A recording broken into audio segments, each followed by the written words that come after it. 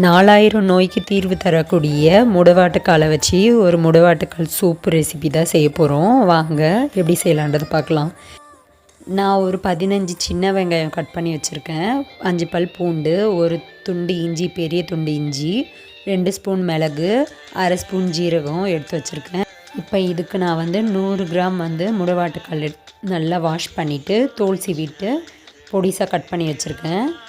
இப்போ எடுத்து வச்சுருக்க பொருள் எல்லாத்தையும் மிக்ஸி ஜாரில் சேர்த்துட்டு நல்லா ஃபைன் பேஸ்ட்டாக அரைச்சிக்கோங்க. இந்த மாதிரி அரைச்சி எடுத்துக்கோங்க. அரைச்ச விழுதை ஒரு பாத்திரத்தில் மாற்றிட்டு கூடவே உங்களுக்கு எவ்வளோ தண்ணி தேவையோ அவ்வளோ ஊற்றிக்கோங்க. நான் ஒரு சொம்பு தண்ணி ஊற்றிருக்கேன்.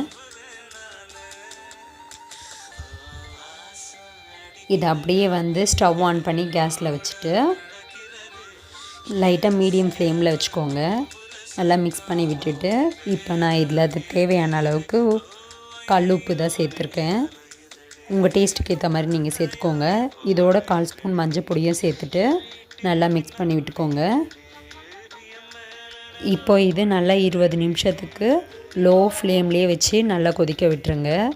நல்லா கொதித்து நல்லா திக்காகணுன்னு அதை வடிகட்டி ஒரு பாத்திரத்துக்கு மாற்றிட்டு கொஞ்சமாக பெப்பரும் மல்லித்தழையும் சேர்த்துட்டு சர்வ் பண்ணுங்கள். டேஸ்ட் ரொம்பவே அல்டிமேட்டாக இருந்துச்சு. நான் இது எங்கள் அம்மாவுக்காக தான் வாங்கி செஞ்சேன். நீங்களும் உங்கள் வீட்டில் இருக்கவங்களுக்கு செஞ்சு கொடுங்க. இது மூட்டு வலிக்கு ரொம்பவே நல்லது. இது வாரத்துக்கு தொடர்ந்து ஒரு முறை எடுத்துகிட்டே வாங்க. வலியில் இருந்த இடம் தெரியாமல் போயிடும். மறக்காமல் ட்ரை பண்ணி பார்த்துட்டு கமெண்ட் பண்ணுங்கள்.